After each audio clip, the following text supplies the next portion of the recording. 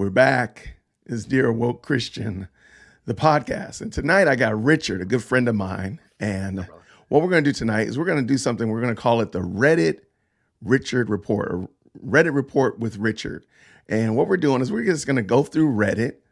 And we've gone through Reddit. I've pulled 5 questions and Richard has pulled 5 questions. And we're going to just volley them back and forth. He's going to ask me and I'm going to answer the question. And I'm going to ask him, he's going to answer the question. If you're not familiar with Reddit, it's kind of like if your uncle that gives really bad advice ran a message board. So, I mean, there's other ways to say it. I mean, it's a very interesting place. Now, I want to say there is some good information shared on Reddit. For the most part, it's not necessarily good. So what we did was we went through the Christian Reddit or subreddit page, and people post questions. I don't know why people post these. I mean, there's some theologically heavy questions that really should be asked of your pastor or in a discipleship situation, not to hundreds of thousands of random people on Reddit. I just don't understand. That's pretty funny. So Richard and I decided we were going to answer some of these questions for these people as Richard is a pastor and I'm a deacon. We both love Christ and we want to see people grow in their knowledge and love and appreciation for our Savior. So we want to go through these questions, some of the questions that we found, not every last one of them, under the Christian tab. So these are under the Christianity tab. These are not atheists. These are not agnostic tab. This is under the Christianity tab. These are where we found these questions. So we just thought it was fun. It would rather be fun to dialogue and kind of answer their questions for them. Because if you go here, you'll see that there are hundreds, sometimes even thousands of answers to questions. A lot of the time they're far more confusing than the question was in the beginning. So that was that. So I love it. So Richard, real quick, tell us a little bit about you and tell us a little bit about your channel. Yeah, brother. So I'm a husband and father of 4. I've got 3 girls and a boy. Our oldest is 11, youngest just turned 4. We live in Kentucky. I'm originally from California. I've got a background in graphic design and media film stuff. So I've wanted to start a channel for a long, long time. And I started one about 2 years ago, but I didn't really do much until this last summer. And just try and basically be faithful with the public square that this currently is. This is really the new, corner. I know a lot of people still do street preaching and other things like that, but by and large, this is really where a lot of the dialogue happens. This is kind of the marketplace, the Areopagus, as it were. And so using the platform that we have, I'm trying to be faithful and push against the world, the church, Big Eva. So I've got a couple times a week, I'll do a show just about different topics. Like I did one today on redeeming love. Yesterday I posted on J.D. Greer, the former president of Southern Baptist Convention. I'm in the Southern Baptist Convention as a pastor. We're in right now to fight. I'm going to push against those things and see how the convention goes. I know a lot of people are like, I'm done with Southern Baptist. I'm done. But I think it's time to fight. I also try and interview different people, pastors and theologians and stuff. Those interviews usually try and post on Saturdays. So those are a little bit more long form interviews. So I'll do culture commentary and then long form interviews is kind of the 2 main things I do. I love it. Hey, don't undercut yourself. You do the Ask Me Anything lives, and they've been I did start those. Yeah, I started those on Thursday. The last couple of weeks have been pretty fun. Yeah, those have been great, man. I've learned a lot about you, about your style and such like that. And then, of course, the commentators that, or the people rather, that come to ask questions. So let's just real quick. I see Will, the Bottom Line Dad, is in the building. Way to go. Good to see you, brother. As always, our faithful encourager on this channel. I see Lindsay. Absolutely. We got our brother from another way over there. Eric, way to see you. Good to see you, my friend. Sylvia, always good to see you, young lady. And of course, we got this guy, Richard. He's here. What do you know about that? I love it. All right. Lindsay's in the house. Good to see you, love. Good to see you. All right. So yeah, please, if you don't mind, please follow the Bottom Line Dad. I'll make sure you get those extra indulgences. Please hit that, smash that like button. Mistreat the like button. Mistreat it. That's right. Always good to have you, Eric. Always good to have you. So today we're going to do something fun. We're going to go through, if you did not hear already, Richard and are going through Reddit. And if you're not familiar with Reddit, again, just think about your uncle that gives really bad advice. Imagine if he ran a bulletin board. So Reddit is a place where you can go and just ask questions and under certain groups and under certain topics. So for example, if I wanted to ask if I was a supporter of a particular football team, they have a Reddit and all their fans go there and they just talk trash and everything else like that. So there's a Christianity Reddit. I think it's called a subreddit. So there's a Christianity Reddit there. And it's amazing the questions that people ask on a Christianity channel. So, and granted, not everybody there is actually a Christian, so there's going to be their problem already. So Richard and I decided we're going to take a couple questions from the Reddit. We'll read them, and I'm going to bat one to Richard, and he's going to bat one back to me, so on and so forth. Richard, being a studious student that he is and a pastor, he's got notes and he has Bible verses. Today, I was just going to freestyle. I was just going to give it like I was sitting at. It's your show. I'm sitting at the coffee shop. So Richard is going to show me up again, as always. Way to go, my friend. Way to go. That's what I live for. Just showing you up. That's it. I believe it. I believe it. All right. So Richard, I think the first one is mine. Yes. All right. So real quick, here's the question that was asked on the Reddit. Let me get it a little bit. Hopefully everybody can see it there. There we go. All right, Richard, hit me. All right. What do you believe is the greatest threat to humanity? All right. I believe that the greatest threat to humanity is God. The reason I say that is because we don't acknowledge the fact that we are sinners and we are, as Edward said, we are in the hands of an angry God. It's not the climate, it's not nuclear weapons, it's not COVID, it's not mandates, it's not on that stuff, any of that stuff. It's not killer bees either, murder hornets. Murder hornets, none of that stuff. Our biggest problem is God. So I would say that in order to deal with that problem, we have to come clean and come honest, come before God and repent and turn to him, because otherwise he will turn against us one day, and that'll be it. So that would be my answer to the biggest threat to humanity. Richard, what do you got? Nice. Well, yeah, I mean, I would definitely agree. I mean, that's a great way to look at that, because you're right, in the sense of God brings actual justice, right? And, yes. and we're the rebels, and yet it's not, we're going to go figure something else out a different way and try and battle against God in this, yin yang sort of thing. But rather, he is the threat, but he's also the cure. He's also the solution. So yeah, I love it. That's good. All right. So that was my question, Richard. So that means this one is yours. All right. Richard, the prescription that America is a Christian majority nation is bad for American Christianity. What do you think about that? Did I say prescription? I said perception. Yeah, no. I mean, yeah, I think it is and it isn't. I don't know. I mean, as a Baptist and just having Baptistic views even prior to kind of committing to being a Baptist, it's a lot of where we get the First Amendment from, especially in this country. So Baptists have a long tradition of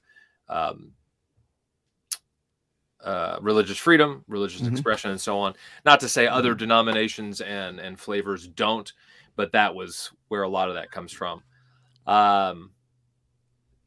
But at the same time, I mean, it's just 60, 70%. Obviously, that's not really true. We'll talk about that in a second. But I don't think it's good overall, because ultimately you can't really have a Christian nation. I know there's differences in eschatological and post-mill, pre-mill. And I think it's been really terrible that a lot of Christians have divorced themselves from the public square, thinking, well, we don't want a theocracy. And it's like, wait, you don't want a theocracy? Like, you don't want the president to be a Christian? You don't want Now, there shouldn't be, I think, a test for office. That's fine, good. But I'd rather Joe Biden or Trump actually love Jesus, right? And not say they do, but not really. Or the Congress or Supreme Court. And so, yeah, I mean, I think it's good and bad. It's probably more bad than good, honestly. So, Okay. yeah. Okay.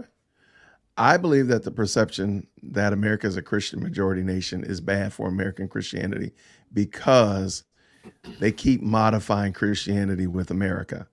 Yeah. I think it lulls us to sleep if we think that America is a Christian nation and we don't realize that, yeah, America is not a Christian nation. America is a pagan nation. It's a pluralistic nation. And I think if we have this perception that we are a Christian majority, I think then we lull ourselves asleep and and then also it's also a bad witness to Christianity. So let's just say America is a Christian nation. Let's just everybody look out your front door, and you know that if that's American Christianity, then it's in a lot of trouble. Right. So it's in a lot of trouble. Yeah. So I think it also is a bad look for Christianity for it to be perceived as the majority religion in a country, especially a pagan nation like our own. Yeah, that's a good point. Okay, before we jump into the next one, let's clear out some of these crazy questions from some of these people. So the last question, of course, was what's the biggest threat to America? And I saw one that was absolutely hilarious. Where did it go? It's from Eric. I missed it. All right. Well, the bottom line, Dad. What did he say? Thank you. Yes, that's what Reddit is. It's your uncle that gives bad advice. All right. Good evening, LDP. Always good to see you. Oh, here it is, Eric. This is what's threatening. Skinny jeans. Skinny jeans. I agree. That is the biggest threat to humanity. I concur fully. Murder hornets. You gotta watch out for those murder hornets, Lindsay. Yes. We do all deserve the wrath of God. Y'all pray for Will right here. Pray for Will. Natural gas. Because here's his answer. That's what it is. That guy, bless his heart. All right, let's see. I saw some more that kind of jumped up. Oh, we got Rick Caldwell tonight. Yes, we're gonna try to get done. I'll try to be done before Rick, but I posted this before Rick. I just want to say that. Hey, Amy, it's always good to see you, sister. Always good. Amy. All right, let's see what we got here. All right, so those people that just came in, Richard and I are going through Reddit, and we are answering some of the questions that are in the Christianity Reddit. And if you're not familiar with Reddit, Reddit is your uncle that gives bad advice, and he runs a bulletin board. So this question is for me, right, Richard? Or am I asking? Yeah, I had a lot on that. That was a 4-part question. We don't need to focus too much on it. I just thought it was a little interesting as far as, the percentages. I don't know if that person's a believer or not a believer. But yeah, I mean, the weird thing is that it'll touch on the thing that really stuck out to me was making unbelievers feel uncomfortable, like an embattled minority. That was the second point it said. And it's like, yeah, but big tech, Hollywood, most of government, academia are all run by leftism. Like they're all highly liberal, democratic, right? And it's weird. And I guess it's, the whole squeaky wheel gets the grease sort of thing. Like these people, quote unquote, feel oppressed, and yet they run the show. And it's like, and these are the same people that talk about systemic racism and this. And it's like, you run the system, you run it. How is this my fault? This isn't my fault. I don't have any power compared to what you guys do. And yet it's my fault somehow that I've pushed in this, theocratic or Christian, whatever. And so, yeah, I mean, we're not a Christian nation. He does say about being lazy and relaxed. It's a safe place. Of course, you use those buzzwords that kind of, gets my spidey senses going. It's a kind of a mishmash question, really, looking at it. I mean, we can move on. Anyway, it's one of those no, it's probably more like 5 to 10% of people actually are in covenant relationship with the Creator, and not 60, 70, 80%, whatever. It used to be higher. I remember that even when I was a kid, it used to be 80, 85%. So it's greatly I think even diminished. those numbers. I think those numbers are still wrong anyway, but that's no, for sure. But that's just people who say I'm a Christian. Now there's the nun, the NONE, and people like that. So anyway. So okay, all right. Whose question was this? This is you, an FBI agent who infiltrated wait, is this yours or mine? Oh. No, this is mine. Yeah, this is mine. All right, go ahead. All right, so FBI agent who infiltrated far right-wing groups, including the KKK, for 25 years reveals Klansmen told him it's Christian to kill Jews, blacks, gays, commies, and Asians because they don't have souls. What do you think about that, Richard? Like 400 different things I think about that. Well, don't worry. There's 356 comments. So okay, good. Man, I mean, it's first of all, this is just a statement. Who knows how true this is? Obviously, Facts. far right people say far right even when they're talking about George W. Bush or something, which he's not even close. And so it's hard to even take anybody seriously when they say something like that. Of course, FBI agents have infiltrated. We know that they were even involved with the insurrection, quote unquote, on January 6th. Right, and, they're all over the place, right? They're infiltrating here. They're infiltrating internationally. Great. As far as the focusing on the Klansmen telling him this, it's Christian to kill anybody is just wrong, right? Correct. Further still, they don't have souls. I mean, this almost sounds like a cartoon of just somebody just saying something. Like, does anybody really? I mean, maybe people believe this, but the average Christian, even if they're not a real believer, they still don't believe this. I mean, I had a few thoughts on it as far as, verses galore, really. I mean, Matthew 19:4 and Mark 10:6, Genesis 1 and 2, people are made male and female. Mm-hmm. There's no distinction at all. There is Jew and Greek. Yes, there are nationality distinctions, but that's it. Everybody can be saved. Everybody can come to the knowledge of the truth. But there's no distinction.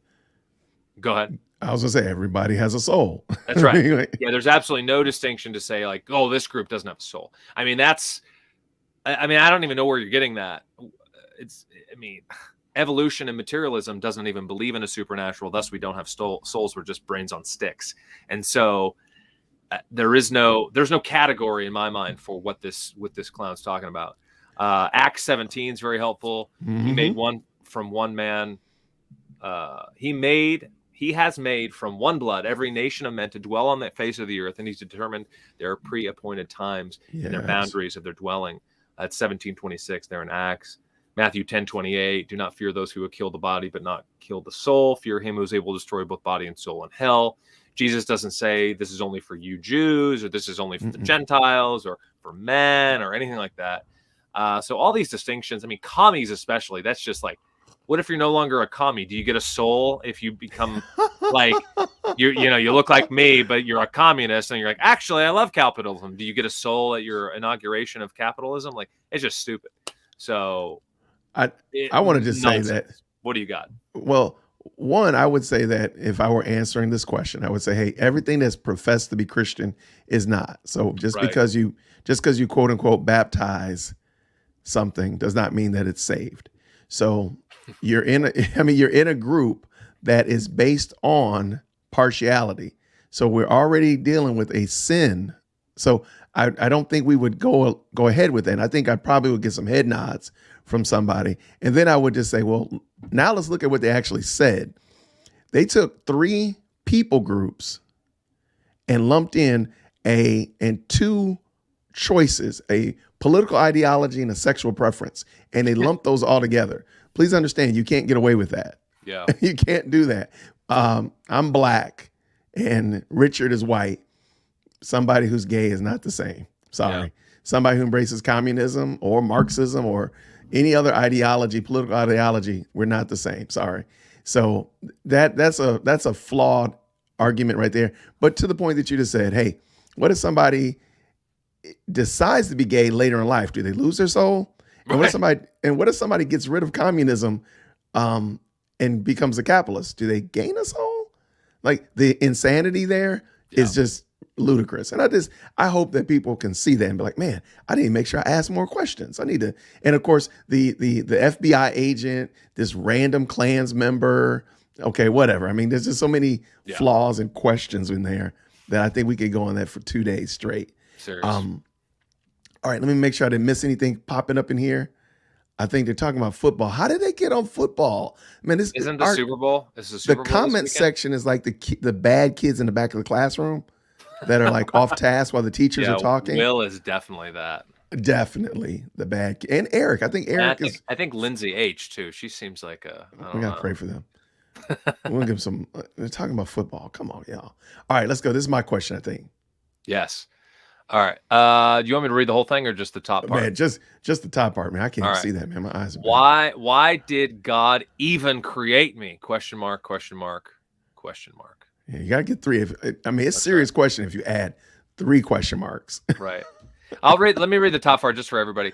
Yeah, the question says it all. Why would he even create me when he already knows that my life is going to be miserable? Does he enjoy seeing me suffering? Seeing me suffering. Okay. All right. What do you got? All right. So I would answer this person: God created you to know Him and to love Him. All these things that you've described, the person talks about how he's been bullied in school. He doesn't have any friends. He's got bad breath. I mean, he's going down a whole list of things, and I'm like, hey, all those things Sorry. are a part are outside of the fact that God created you to know Him and to love Him. And if you now, granted, knowing Him and loving Him and embracing Christ is not going to give you a whole bunch of friends. You might get bullied more. Your breath may never get fresh. You know, get an enema or something to brush your teeth. However, you will know God.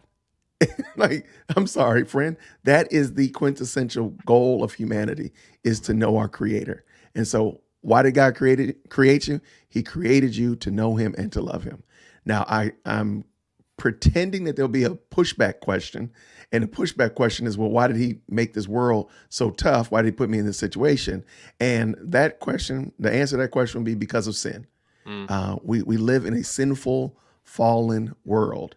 You're a sinner. I'm a sinner. Your mom and daddy were sinners. And everybody that you know is a sinner.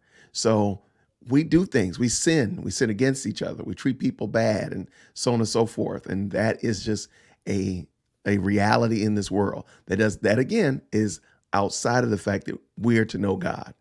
And our perception changes when we have that relationship with God. So that would be my pushback. Richard, passing to you. What do you got to say?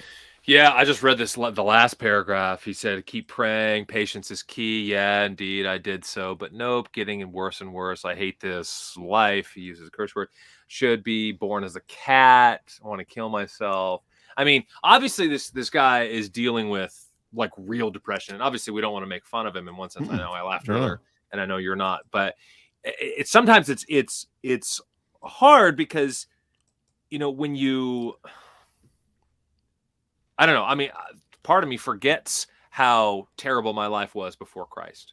Yes. Now, it wasn't, I wasn't like in a gutter all the time or anything like that, but I made some very, very poor choices, like more than once. And I think we all have, even if you've come to Christ as a 10-year-old. Yeah. But this world isn't just about your personal preference, right? God cares about you. He made the world. And because of sin entering the world, and death through sin, so death spread to all men because all sin. And so this guy isn't some willing or rather unwilling participant. Further still, it's like, I've had patience praying. Yeah, I did so, and nothing. Like, well, what does that even mean? Like, okay, all right, yeah, Jesus, come into my heart. Okay, I went to church for 6 weeks and nothing happened. Like, or 6 months or a year. Like, what do you expect exactly? Like, I don't really follow.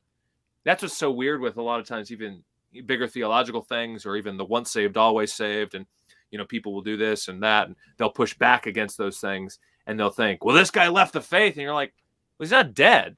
So how do you know he was ever in the faith, right? Not to sidetrack. Facts. And if he was in the faith, what if he is apostate right now? But if you can't be lost, as I believe, and I believe you believe, because the scripture seems to be abundantly clear on that, these musicians that have, deconstructed and I'm no longer a Christian, they're not dead yet. They could still easily be like, I was such a moron. Wow, I love Jesus again, or for the first time, whatever it is. But like, it's funny how singular and one-dimensional we become. And we're kind of this chronological snobbery of, it's happening right now, and what's happening right now is the only thing that's important. I'm not looking to 10 years back. I'm not looking to 100 years in the future. It's just right now. And this right now stinks. I don't like it. Therefore, blah, blah, blah. And it's hard, but I think American politics, Christianity in general, American Christianity, I think is really, that's a whole nother can of worms. We'll move on. Oh, I love it. Great, great. No, that was a great question. I mean, great answer, Richard. Fantastic question. All right, Yeah, you too. all right, so our children in the back of the class are being a little bit more on task. Thankfully, we got Amy in here at least. Amy whipping them into shape. Right, keeping them somewhere in the realm of on Thank you. task. Let's go. All right, this one's for me, I think, right? I think so. Yeah. All right. Will Jesus? Okay, I'm gonna actually read this one. Yeah. I'm gonna read this one to you. All right. Will Jesus laugh with me? I have a serious question, even though it might not seem serious. Full stop. If you have to preface it like that, it's probably not a serious question. Okay. Background. When I was in college and Hurricane Sandy was blowing through, the river right off the campus was rising dramatically. I like to explore, so I went over to watch the water, even though I was getting soaked. Anyway, I saw a dog about 50 feet away who seemed to be stuck between a tree and the rising water. As an animal lover and a person with a heart, I did not hesitate to try to save him. I ended up slipping through the mud, falling on my face, and the dog ran off. Absolutely hilarious. When I die, I'm going through my life and what I've done. Do you think Jesus will be laughing with me? Yeah. I mean, yeah. I mean, the funny thing is, actually, when I saw that, I thought it was, will Jesus laugh at me? Right. So I'm now seeing it in real time that it's with me, not at me. My answer might change slightly, but what came to mind, of course, was Psalm 2, that he sits in the heaven and laughs. The Lord holds them in derision. Now, this is people, mounting up their tanks and missiles and, whatever it is, they're trying to fight against God. Against Of course, God. it's writing against in Psalm 2. And it's prefaced in or touched on by Peter in Acts 2. But yeah, I mean, God created humor, just like, and I said this, was it today? Yeah, about my video from Redeeming Love. God created sex, right? He created humor. He created these things, just like singing and other things. And we get so hung up in like super spiritual holy huddle sort of weirdness. That's why I love reading guys, especially dead guys, who aren't influenced by our current ethos, right? We've seen a lot of weirdos, I cover them on my channel. We see a lot of weirdos, they were solid 5-10 years ago, writing good stuff, doing great things, and all of a sudden they just start preaching off the deep end, and you're like, what are you talking about? Or they're going in this direction or that. Whereas, a Francis Schaeffer or a Chesterton or a Spurgeon, or, you mentioned Edwards earlier, a lot of these guys preached a lot. They wrote a lot. Even I've got a book here. It's 50 Women, Christian Women. I'll grab it because it's a good book. It's right here. This is a solid book. And it goes all the way back. Katerina Luther, right? Harriet Tubman, a bunch of different people.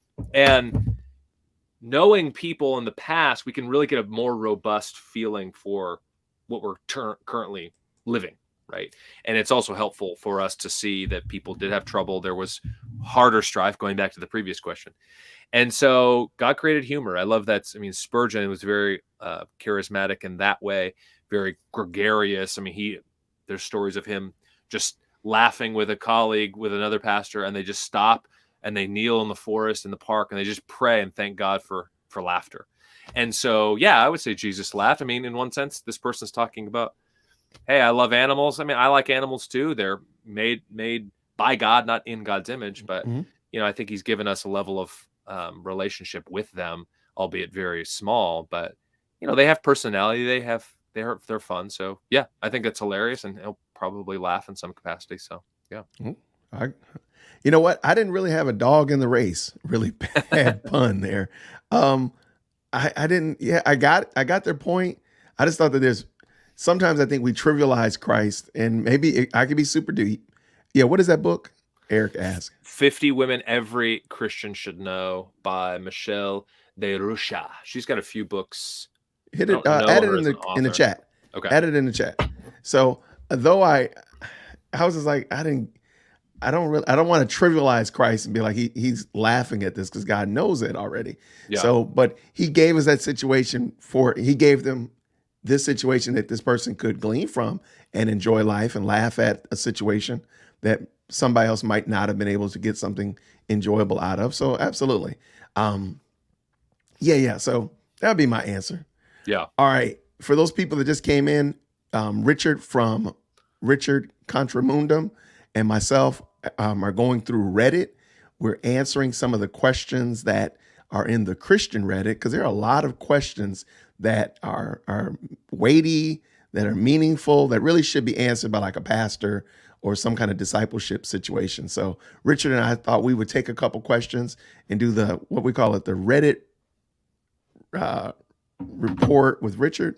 I don't remember. We called it I something wrote. crazy. Well, I like Dear Reddit. That's nice too because it's like on Okay. your. You I can like just Dear Reddit. write letters to Reddit. Why not? That's what Hey, we're kind of okay. doing right now. Hey, I can dig. I can dig it. Dear Reddit. Yep. All right, let's go. All right. This is you. Do you Mhm. believe that forgiving those who've wronged you is an essential part of being a Christian? Yes. Next question. I mean, Next question. That's right. I was going to say no, but no, I do. I mean, I don't know how. Well, let me give a little bit more nuance to it. I don't know how you're a Christian and you're actually struggling with this question. Yeah. Okay, so if you've been saved, and I'm not saying you just, I just love Jesus. No, you really have been converted. Your heart has been changed. Forgiving Richard for any offense should become as easy as pie. I mean, that's I think why Jesus pointed that out. 7 times 70. You should be willing to forgive him that many times in a day. In a day. Yeah. That's a lot. So you should be able to do that. And that shouldn't be a question. So, in my opinion, I think it's biblical to say, hey, if you are forgiven, you should forgive. There's no reason to think otherwise. Oh, and by the way, we're freestyling, so we didn't have to. I didn't feel like we had to pull up Bible verses because we're just kind of talking through these. So that's why we didn't pull up the scriptures. But Richard got scripture because he's super deep. I want to show you up. I know you do. Go on and give me the question. What you got there? Wait, this is the same one. Right. Did you want to answer it? Oh, no, I think I don't think it's essential. All right. No, I totally agree. Yeah, I completely agree. Man, Richard, see, this is why we can't have nice things. Hey, what? Jesus put sugar on his grits, and the devil put salt on his. See, this is exactly why we can't have nice things, y'all. This is exactly the 100% the reason. Jen coming in here with these crazy questions. No, Jesus did not put sugar on his grits. Good gracious, girl. Have mercy. All right, next question. Let's go. Now, this again, this is interesting because this is actually in the Christianity Reddit. You see it right there. Yeah. And it's an atheist asking a question. Is this mine or yours, Richard? Thanks. Sorry, my son's asking me a question. Yeah, this is me, right? Yeah. So, atheist, can I attend church? And I'm actually going to read this one. I thought it was kind of interesting. I'm of Indian ethnicity. I was raised Hindu, but I am an atheist. I am going through a difficult time. My mother died of cancer last year. I am divorced, no kids, no family of any kind. I find myself questioning everything, the meaning of life, my role on this planet, everything. I don't plan on converting or anything. I just want to see if there's something that I'm missing. So I have a practical question. Would I be welcome in a church? I am going to keep an open mind. I want to learn, but would having a non-believer in church be disruptive to the other members of the church? I do not want to offend anyone. All right, Richard, go. Yeah, bro. Yeah, I mean, I didn't have any particular scripture on this, although there's a number of as far as just the church goes. But I would hope so. First and foremost, I would hope that this guy would be welcome, right? Yeah. I mean, we were part of a church in Southern California, pretty good sized church, about 1,000 people. And then in Louisville, Kentucky, when I was at seminary, and now obviously the church I'm pastoring in Kentucky is much smaller, or not obviously, but it is. All three of those churches, we were part of another church for a while, also in Louisville. All four of those churches, easily this person will be welcome. But the thing is, the church And this is where I think a lot of the modern church, especially the last 20, 30 years, seekery stuff, is they've gotten off track thinking they're looking at this person, and church is an evangelistic outreach, and it's not. It's the group, the congregation of believers who love Christ, who want to give and go and serve, singing and hearing teaching and preaching. That's what the church is. That's what we do, at least once a week, hopefully more than that. And people come, people visit. We had visitors, we've had visitors off and on. It's a much more rural, smaller church, but we've had people come, and that's great. I don't know if they're believers or not. You're not going to vote in the business meeting, right? You're not going to do this or that, but you can come. And then if you're a believer and you just want to join this church, great. Let's have a talk. Let's see, how do you know Jesus and so on. So it's obviously this guy's also Indian. So he's, shame and honor religion and that whole culture. Of course, American Christianity we could take, or just the church in general. We need some shame. Yeah, we in our culture we have no shame or lack or fear of shame at all. Right. And so it's, he wants to keep an open mind. Sounds like some sort of a seeker type person or skeptic, which is better than somebody who's just, I hate church and this and that. So it's pretty interesting. I mean, maybe he thinks that all churches are the same. I don't know. Obviously, you and I both know that most churches are not. There's a lot of differences. So there are. Yeah, I mean, I hope it wouldn't be disrespectful. I hope people would welcome him with open arms and, hey, how are you? What's your name? And how'd you hear about us? That sort of thing. So, yeah, I love it. Well, I'm going to say go, simply because pretty much, unless there's some supernatural circumstance outside of it, pretty much every one of us has gone to church as an atheist. Mm-hmm. Yeah, to some degree, shape, or form. We went to church as an atheist. I mean, now you might have went with your mom and dad who were Christian, or you wandered in off the street, whatever. But pretty much all of us went to church in some shape or form. And let's move past atheist and let's just call it sinner. That's what this guy is. He's a sinner. Yeah. And I would like him. I'm hoping, because I know the church that I attend, we're very deliberate in meeting everybody that comes. So if you're brand new, Joel and Danny, our elders and deacons, are going to do our very best to shake your hand. And if you didn't get to go by and meet the pastor, hey, he's right here in the narthex. We do our very best to do that. And from there, I mean, Joel goes out to lunch several times and coffee several times a week with new people, visitors, and such. So I believe if you go, because someone said it, and I want to give her credit before I run off with it. It was Amy who said, talk to the pastor. I agree. Go talk to the pastor. This guy has a lot of baggage that a pastor should want to help him unpack or help him get through and ultimately bring him to saving knowledge of Christ so he can understand, because where else is he going to get Christ? Yeah. Like, you're going to get Christ I'm praying that you get it at least at church. You might not get it on this crazy YouTube channel. You might not get it at the car wash, but boy, if you come to church, you're going to get the gospel. You're going to get loved on, and people are going to be interested in you as a human and ultimately as a soul that Christ brings to them. So yes, go to church. I mean, there's a lot of people, like you said, there's tons of people that come and visit, and I don't know if they're saved. Yeah. I mean, we got Jen here in our comment section, and the jury's out. We don't know. Yeah. We're waiting for the jury to come back. So I think the big thing that we need to, and just everybody, I don't know if everybody's a Christian here, but I know a lot of us are. We need to remember the focus of what the church is, whether you're in church leadership or not, at least to say, why are we doing this maybe new thing that the leadership, the pastor, elder board, whatever, hey, let's do this thing now. It's like, are you trying to appeal to the 1 or 2% people that are visiting to look cool with the world and to the disparagement of everybody else? Or are you saying, hey, this is the church. We're going to be the church. We're going to preach this way. We're going to teach this way. We're going to do these things. The Lord's Supper, the table, this is for believers, etc. And so it's not snack time or more grace or something. And therefore we need to be distinct. And I know that that's been a massive, massive last 3 decades or so problem with the American church for sure. So we've shifted. So Will said, mandatory greeting time or nah. I saw that.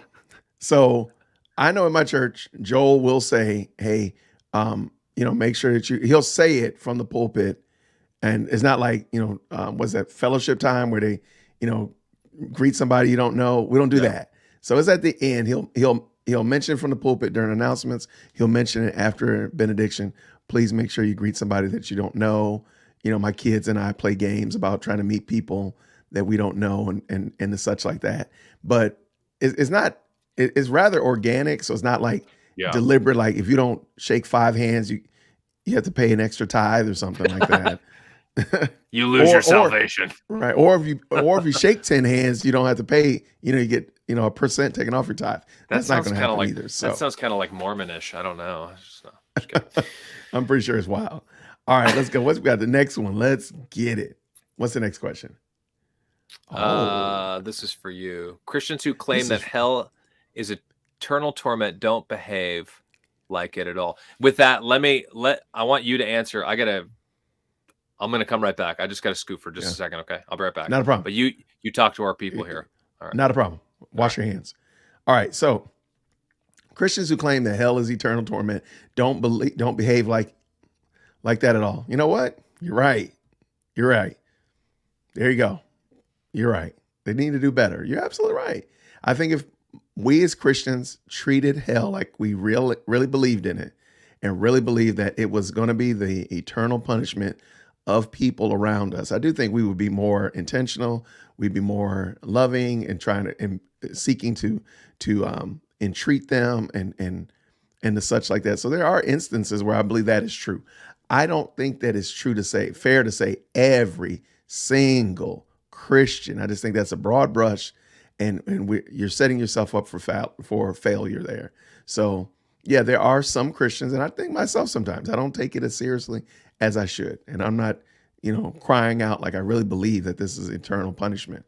So that being the case, I understand what the person is saying. I just don't think that we should make that broad brush statement. I think that's about it. Let me see. What do we have here? All right, I see. I'm gonna start right here.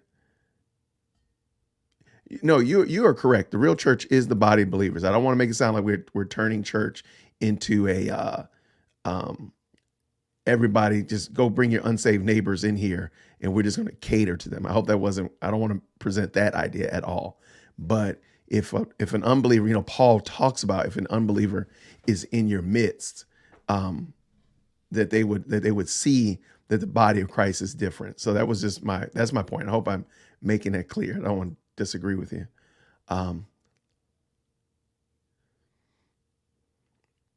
right, let's see what we got here. What does Jen talk about? No, sir. Yes, Jen. I know that you're in faith. Actually, Jen and I are going to be having a conversation this Sunday about how you unpack and deconstruct from a bad, negative church experience.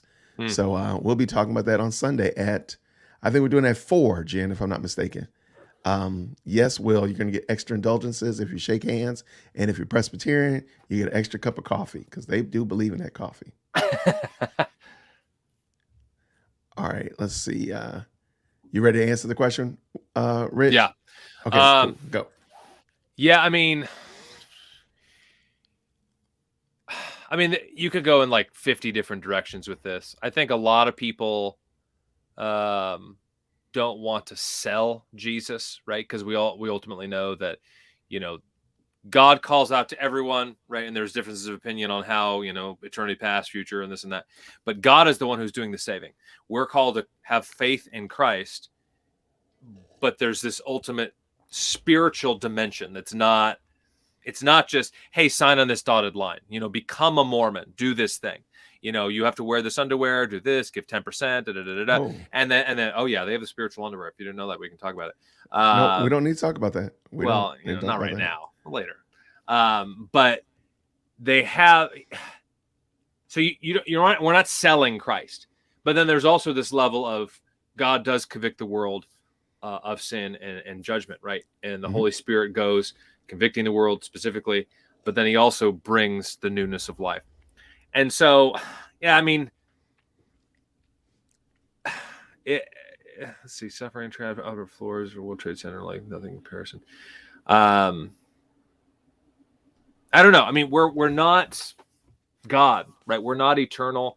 We don't know how the Lord is working either, in the sense Mm-hmm. of what somebody's past is like, what somebody's future is like, what's happening at that moment. I mean, I convict myself, or probably the Spirit convicts me, of not having more evangelistic conversations. I think we could all attest to that.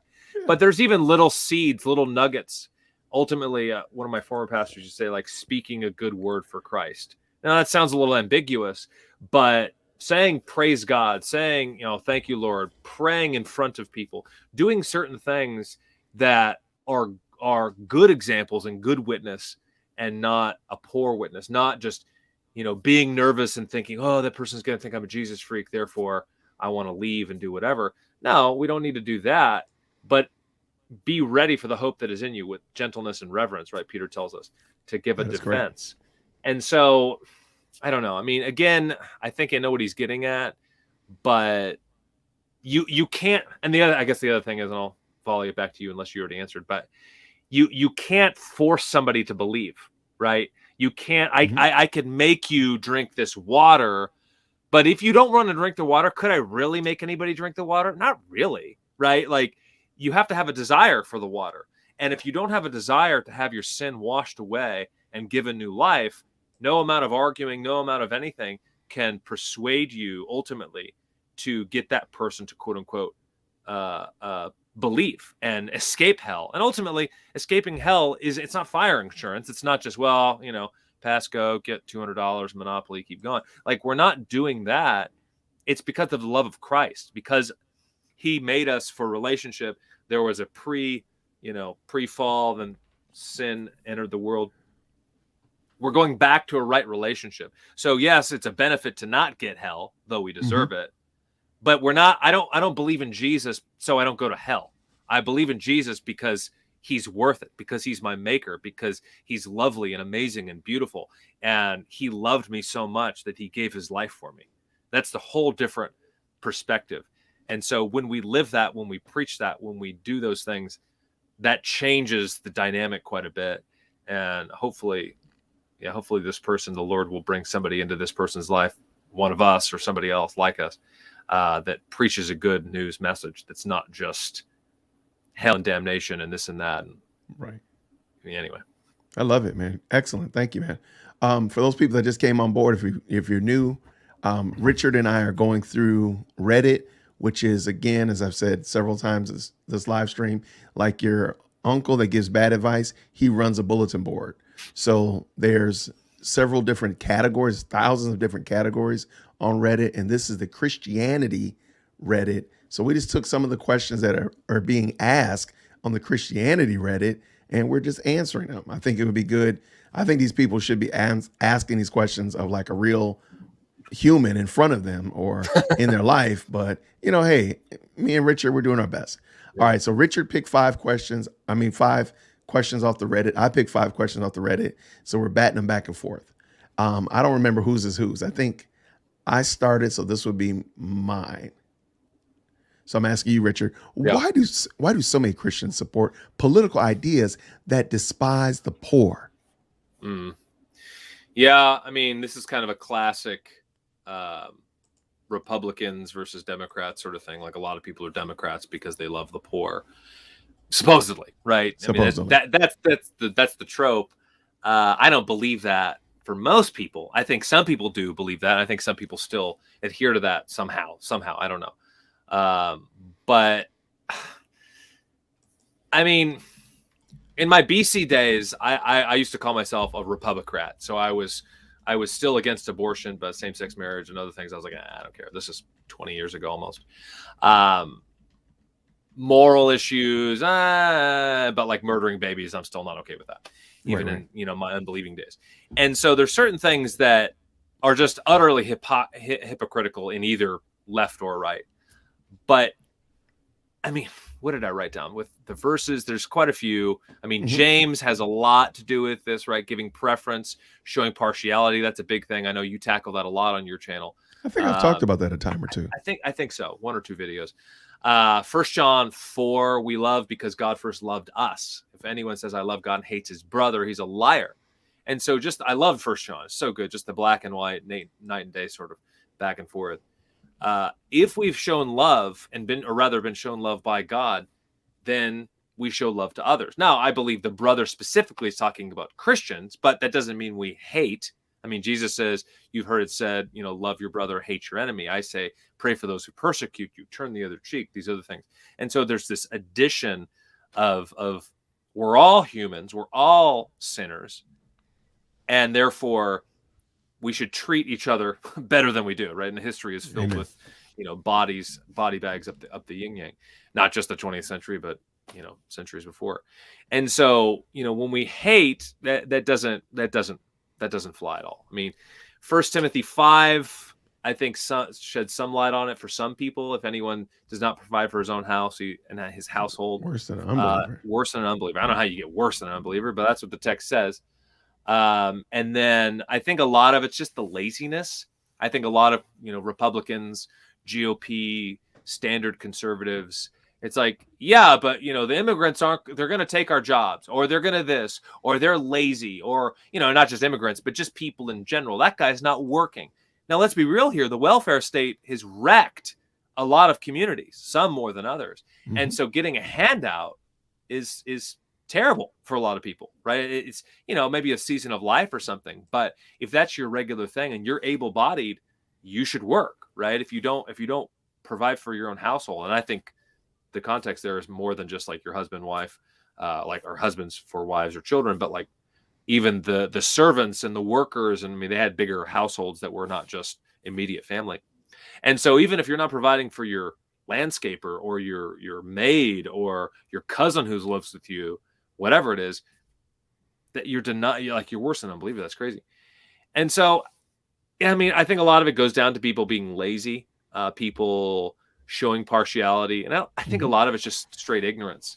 I mean, I know, kind of going back to the evangelism questions that we've talked about a bit, a lot of times it's easy to well up, at least for me, something in my heart about, oh, that person's not blank. They're not worth my time, or they're not this. I'm exposing myself a little bit. But I think we've all felt this to a degree, like, that's not going to work, or that I can't talk about Christ with that person, or that person's just, he doesn't know, she doesn't know, they're just whatever. And you kind of write somebody off, disparagingly or not.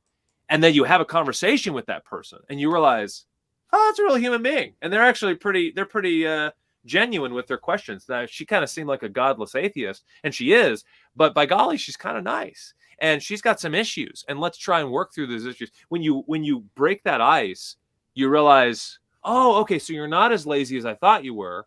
Sometimes they are, for example, but they have a reason, right? They got hurt. The back is terrible. That guy, that's why he can't work. And so there's certain things when you talk to people, especially people in our immediate circles, you really start to understand people's humanity better. We're still sinners. I'm not saying they're not, but I mean, having a robust view, especially of like, 1 John, James, books like that, really help us push back against, our own party, and also push back against other parties and other ideas as well. Because I know a lot of people like to be, libertarian and this and that. And there's some perks there. There's some benefits, but there's also some massive problems too.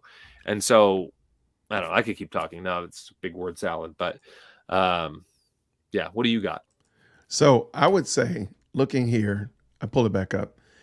Somebody said that Reddit was a dumpster fire. I don't remember who it was. I think it might have been Eric said, or Broke Ninja. Look at the amount of comments. That's how you know that this was probably a dumpster fire. All right, this is probably just went way off the rails. I promise you. Next, I would also point out that we have a misconception in our fallen human state that loving somebody or caring for somebody is only giving them something. Kind of is very, if you have children, it's extremely childish to say that, oh, the only way you love me is to give the child something, rather than say, hey, Sally or Tommy, you need to do your chores and you'll get your money so you can go to the store and buy whatever it is that you want to get. So I think we need to address that issue, because it's kind of glaring right there that, because They say, why do so many Christians support political ideas that despise the poor? Well, we got to unpack what are these political ideas that you Yeah. think despise the poor, because an idea doesn't hate something. I don't understand how I have an idea about something. Unless my idea is to hate Richard, my idea does not hate Richard. That doesn't even make sense. Again, so I think this is a wonderful example of just pushing back against some of the misunderstandings and the misnomers. Because again, just to say that, oh, I love somebody and the way I love them is to give them something, or because providing work that a person who is impoverished can apply for or get and take care of him or herself, that's not better than just giving them a check or giving them something. Because we didn't even address Proverbs and First Thessalonians that are pretty robust with the fact that it's good for workers to have an appetite. Like that's what it says. It says it's good for them to have an appetite. So no, I'm definitely not saying that we esteem our finances or our monetary things above people. So that's not the case. What I'm just saying is that this right here requires a lot of pushback. And I'm sure in that dumpster fire, there was somebody pushing back, and that's why it got that far out of control. But it is what it is. All right. I think we got one more, right? I think so. Yeah. That's the last one. All right. Whose is this one? I think this is you. Yeah. How do you think your life would change if you lost your faith and were no longer a Christian? What do you think would you do differently? I'd go to hell. And cut and scene. Cut. I mean, what I mean, there's nothing else. I mean, if I lost my faith, I would know that either A, everything I've been saying up to that point was false, so I was lying, or B, I'm turning my back on salvation. There's not another way about it. If you follow me, you know that I did the video on the rap artist, the fanatic, Brady Goodwin, who's turned his back on the faith and renounced his faith. And he's been coming out pretty vocal about his leaving the faith. And I listened to his rap albums, and I'm listening to like some of the things he said, several years ago, like, wow, this dude that I'm listening to right now has renounced the faith. And what he said in this segment, that's going to be held against him. So it's definitely something to think about. So, and somebody said it, and yes, Amy, I do not disagree with you at all. True believers cannot lose their salvation or their faith, because Christ is holding us. I mean, that's it. However, I think just to answer the question, if I lost my faith, I know I'm going to hell. Like there's no other way around it. And please understand, just because somebody says, oh, I no longer believe in Christianity, that does not take them out of the hot basket that they're on their way, that they're in. That doesn't change anything. It just means that you've lied to yourself to make yourself believe that there is no hell. That doesn't mean that there is no hell. It only means that you've done that to yourself. All right, Richard, what you got? Yeah, I mean, I think this guy might be tongue in cheek. It's hard to tell with stuff like this. You don't even know the person or anything about the person or anything else. Yeah. It might just be a practical. I mean, I would contest that everybody believes in God, right? Everybody does. Everybody knows because he's placed the knowledge of himself in everybody. But most people suppress the truth in unrighteousness, just like Romans 1 tells us. So, on the surface, this guy probably doesn't believe in God and probably looks at us Christians and thinks, well, yeah, you're just doing this thing. It's like a club. It's the country club. It's your group, it's your people, whatever. And what if you walked away from that? What would that look like? I mean, on a current, not eternity side, since you touched the eternity side, I would say, if I walked away from the faith, I would probably indulge in all sorts of crazy stuff, right? Sexual immorality, probably drunkenness, probably would get a divorce, probably would just abandon my children. I would not be held in this accountability sort of things. Again, just speaking physically here in this world. You're now detached. I'm not a pastor anymore. I'm not going to a church anymore. I'm not doing anything. It's like, I argue. My wife, she's not as great as she used to be. I'm done. Hasta luego. Like, kids, have a nice life. I love you. We'll see you when you're older. I'm going to go live my life how I want, right? I'm going to go buy toys and get cars and whatever. And so it would just be worldly. That's what it would be. My life would be radically different, and it would be utterly sad. And quite frankly, I see this a lot, and it's easy to see with like celebrities right now. I'm old enough to remember. How old are you, Richard? How old are you, Richard? I'm younger than you. I am. Hey, man. Well, you don't even look how old you are. You could tell me you're like 32, and I would believe you. Oh no! Let me go dye this beard. Let me get some magic marker right here in my beard. No, I gotta look great too. But our pictures are so small, you can't really. I got a lot of gray. Just do like the Sharpie, There's for everybody to see how gray you are. You did say magic marker. Yeah, I mean, I think this person again might be just talking practically, like, oh, how would my life practically be different? It would be horrible. It would be really bad. I mean, not only the fact that my affections, speaking of football, or I used to love football, all the sports. I used to idolize this and that. And that's just one aspect of my life. Not to get on that topic, but pre-2020, I used to say, like, they could shut down sports and I literally wouldn't notice. And guess what happened in 2020? They shut down sports. And guess who didn't notice? Me.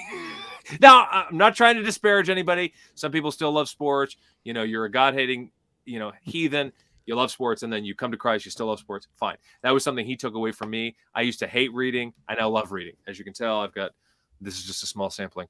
I don't have these to just show off, though. They're there for actual reading. But, our affections change. So, yeah, I mean, anyway, I think my life would be horrible. It would just be horrible. Just in this life. And of course, in the next, right? Yes. As far as if that were physically possible to be lost out of the Father's hand, which I don't believe is scriptural at all. So, I'm with you, man. I like it, Richard. That was fun, man. Dude, that was fun. That was a lot of fun. All right, we might have to do this again. We'll do the Dear Reddit Richard report another time. So all we did was we just went through Reddit and pulled up some of the questions that were being asked. And I mean, these are just a snippet. There were some very there were good questions on there. And I hate that good questions are being asked in such a dumpster fire type of place where they should be asked of a pastor or somebody who's actually vested in your life rather than just 650 of your nearest and dearest in the dumpster fire. Yeah. But we just thought it would be fun to look at Reddit, to answer some of the questions and interact with you all. So I appreciate you all stopping by, and we'll do this again, Rich. Maybe make it a regular thing. I like it. Absolutely. Yeah, what is this? Is this FIFA World Cup of coffee? Is that a real, or is this? Go ahead and read it out loud. Read it out loud so everybody can hear it. FIFA World Cup of coffee is a phony, false, and fake prophet. Don't get snookered into those knockoff indulgences. The quality of your indulgences matters. I guess this is is like a spin on your black popish. Yes, there's somebody. There's a fake black pope in here called FIFA Cup of World Coffee, and they're selling fake indulgences. So I don't want people to miss out because they're buying fake indulgences. Yeah, you don't want to buy fake. There you go. I have the best indulgences.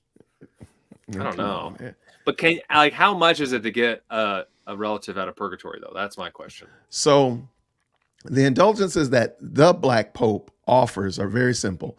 If you give me that 3-piece special, a like, a share, and a comment, and sub if you have not already subbed, it's a wrap. Your relative will get out of the purgatory of the long grocery store line like that. Get them out of there. They're out of there. Bang. If they're in the DMV line, pew, fast track. Right to the front. Here's my thing. Right to the front of the line. If they're in that long line at Chick-fil-A, it's like Moses parting the Red Sea. But you got to make sure you like, share, subscribe, and leave a comment down below. Please, if you don't mind, please go check out Richard's channel. And I did put that up earlier, so I'll switch that for you. Please check out Richard's channel, Richard Contramundum, on YouTube. Give him a share, a like, all that kind of good jazz as well. I heard that he's been editing my statement about I give you credit special. Like 75% of the time. I'll just hold up a picture when I say it. I'll put it right in front of my face. No, why don't you put my picture right there over your shoulder, over your right shoulder, just put it right there, and then venerate me. There you go. Man, get out of here. We Get need a out of here. bobblehead. Do you make a bobble? You have a bobblehead of you yet? When I get to 5,000 subs, that's what I'll do. Make a Absolutely. I'll bobblehead. get it. They I'll get have it. bobblehead like making websites, right? I don't know. They have to. Has anybody ever made a bobblehead in the chat? Anybody? I'm just curious. pretty sure. I'm pretty sure John Adams does. John, you got one? Because he's No got all winning the at all. indulgences. Yeah. He's got all the indulgences. I mean, love it. I've seen like a Russell Moore. I've seen a Russell Moore bobblehead. Dwight from The Office, they made one like years ago, and I know he's a celebrity, but I feel like there's like a website that you can. Somebody will probably search it out. Fake black Pope bobblehead. Little hat. Oh my goodness. We might have to look into this when we reach our 5,000 sub. I like that. Spurgeon and Dwight. Yeah, there's a Spurgeon one at the bookstore on campus, seminary. I wanted to buy one, they like ran out or something like that, so I still don't have one. All right, guess what? Anyway. I just looked, and there's actually a website. Is there? Yeah, and I just put it in the chat. So if anybody gets me a Black Pope bobblehead, please understand. I love it. You are going to the top of the Christmas list for sure. I'm gonna start blocking FIFA Cup of World Coffee, whatever. Start blocking that person. No, Richard, that was fun. Thank you all very much for hanging out with us on a Friday night. I know you guys got other things to do. I know some of you are going to be jumping over to check out Rick Caldwell's channel today on how to behave on social media. For those people that know how to behave, not FIFA World Cup of Coffee. For those people that do know how to behave, thank you very much for hanging out with us on this evening. Yeah, thanks everybody. That was fun, man. That was a lot of fun. We'll do this again. And until next time, everybody, grace and peace. Bye, y'all. Take care.